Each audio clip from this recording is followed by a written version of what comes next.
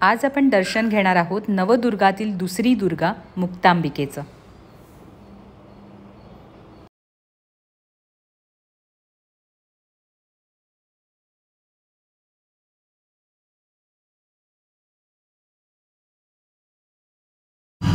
मुक्तांबिका कोल्हापुरातल्या नवदुर्गातील दुसरी दुर्गा अर्थात मुक्तांबिका। मुक्तांबिका या देवीचं आणखी एक नाव आहे मुकांबिका। कर्नाटकातल्या कोल्लूर गावामध्ये या मुक्तांबिका देवीचं मूळ स्थान। समुद्र मंथनातून प्रगट झालेली लक्ष्मी कुणाशी काही न बोलता या पर्वतावरती विराजमान झाली म्हणून तिला नाव मिळालं मुक्तांबिका। रेणुका महाराजांच्या कथेप्रमाणे रेणुराजानं संतान प्राप्तीसाठी जिची उपासना केली ती देवी म्हणजे ही मुकांबिका। मुकासुराचा वध केला म्हणून हिला मुकांबिका असे म्हणतात। कोल्हापुरातली मुक्तांबिका अशीच गजेंद्र लक्ष्मी स्वरूपातली म्हणजे लक्ष्मी प्रगट झाल्या तिला अष्टदिग्गजांनी जो अभिषेक घातला त्या स्वरूपातली ही लक्ष्मीची मूर्ती।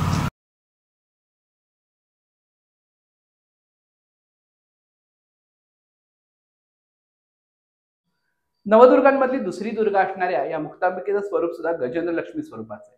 अष्टदिग्गजांनी पैकी 2 दिग्गजांच्या अभिषेक लक्ष्मी किंवा दोन्ही हातामध्ये चौऱ्या आणि त्याच्याबरोबर सोंडेमध्ये धरलेली ही चौरी आणि दोन्ही हातामध्ये माळुंग बिल्वफळ आणि त्याचबरोबर त्रिशूळ आणि कमळकळी धारण करणारी ही मुक्तांबिका।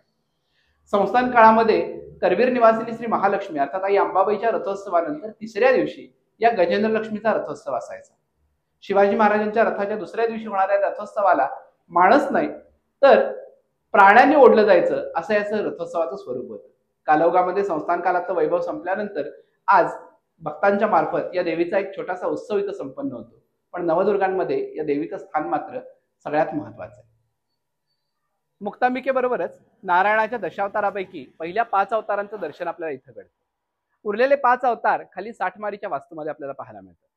मत्स्य कूर्म हे 2 अवतार देवीच्या चौकटीच्या डाव्या बाजूला जिथं स्वतः चतुर्भुज नारायण अर्धशरीर मत्स्याचं आणि अर्धशरीर कूर्माचं आणि त्याचबरोबर कूर्म म्हणजे कासव आणि त्याचबरोबर उरलेले 3 अवतार चौकटीच्या उजव्या बाजूला आपल्याला पाहायला मिळतात।